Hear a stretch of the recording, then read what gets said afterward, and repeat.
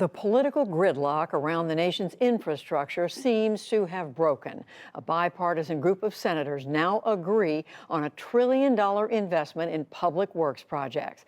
The measure includes $550 billion in new spending over the next 5 years.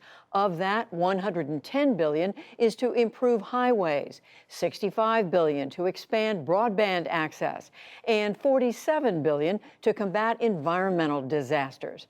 Now, the challenge is getting enough votes. But the Senate negotiators, including Alaska Republican Lisa Murkowski, sound optimistic.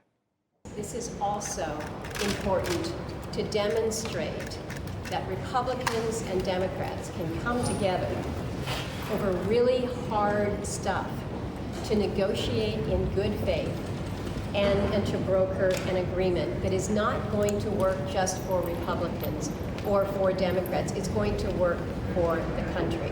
So it has been a long effort. There will still be a long effort going forward. We look at what is in the bill and next steps in these negotiations with Democratic Senator Jon Tester of Montana. He's a member of the bipartisan group which led the effort in securing this Senate deal. Senator Tester, thank you so much for joining us. So tell us, what was the key that unlocked this deal after all these weeks of trying and failing? And tell us, what did Republicans give on? What did Democrats give on? What did each side get? Well, look, we'll start with what we got. We got a lot. This is the biggest infrastructure investment in America in this country's history, and the jobs it's going to create, the ability for this package to be able to make us the premier economic power in the world can't be stated enough. And look, I will tell you, the negotiations went on for a lot longer than I thought they were going to have to go on.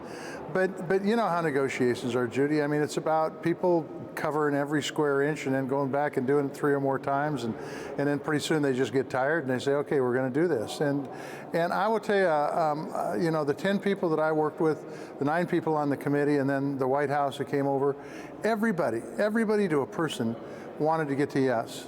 And I think that's really the key, and that's why this happened.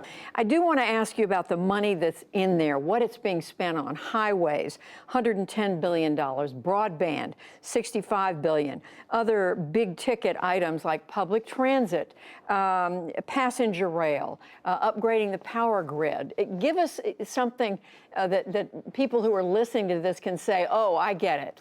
Well, look, it's all basically traditional infrastructure. And I will tell you, let's take a look at the water infrastructure portion. I mean, water is literally life, and to be able to have good water in these communities is a premium, and it's going to do a lot for that. We just came out of a pandemic where we've seen broadband being necessary for our society, yet there's too many people that are unserved or underserved.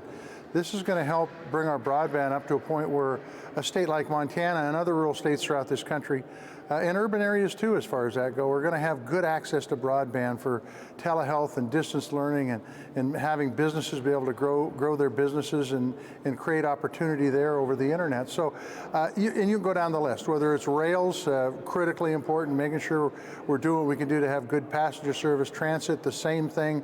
Everybody will feel the difference that this bill makes once we get it passed and implemented. You were mentioning water infrastructure, and we know that Democratic Senator Tom Carper, your colleague from the state of Delaware, is saying he's unhappy. He doesn't think there's the right amount of money in here for replacing lead pipes and other clean water needs. There's a ton of money in here for water infrastructure, and this bill may not fix every water problem in this country, but it will take a giant step forward to fix a lot of water problems in this country. And I think that if you're looking for perfection in this bill, you'll never find it. Truth is, this is a bipartisan, negotiated bill where everybody gives a little and everybody gets a lot. Are you confident that you're also fully paying for all of this? Yeah, well, no tax increases, no increase in the gas tax, and I can tell you that was probably the biggest challenge in this bill, is try to figure out what those pay-fors are and make sure those pay-fors are real.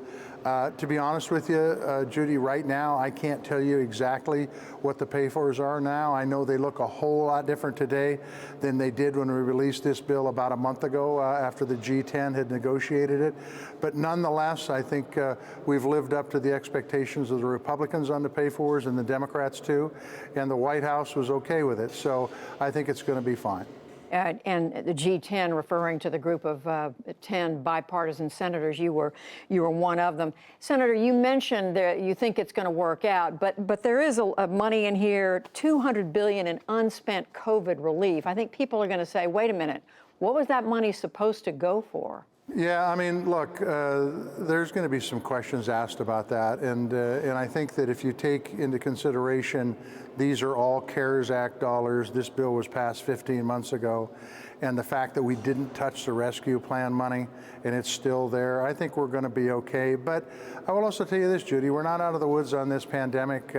Everybody needs to get vaccinated so we can get this thing behind us and get moving forward, because if this flares up again, there is no doubt that it could end up costing us some additional dollars. And quite frankly, I'd rather put that money into infrastructure. And are there the votes in the Senate right now to pass this? I think we're going to get a good bunch of Democrats, maybe every one of them.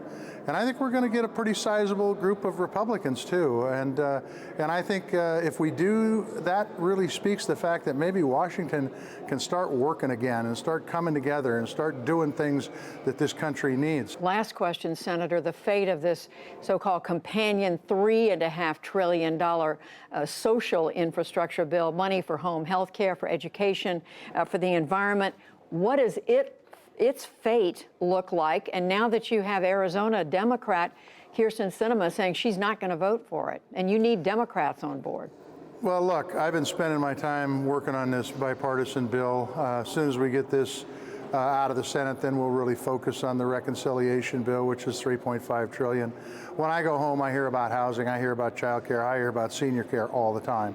And I think that depending on how this bill is structured, depending on how it's paid for, which we don't know either of at this moment in time, that will determine whether we're going to support the end product. But I have full confidence in the leadership in the Senate that we'll be able to come together and get a bill that's good for this nation once again. But, the proof will be in the pudding. We'll see as time moves forth, and we'll analyze it every step of the way. Senator Jon Tester of Montana, thank you so much for joining us. We appreciate it. Judy, thank you.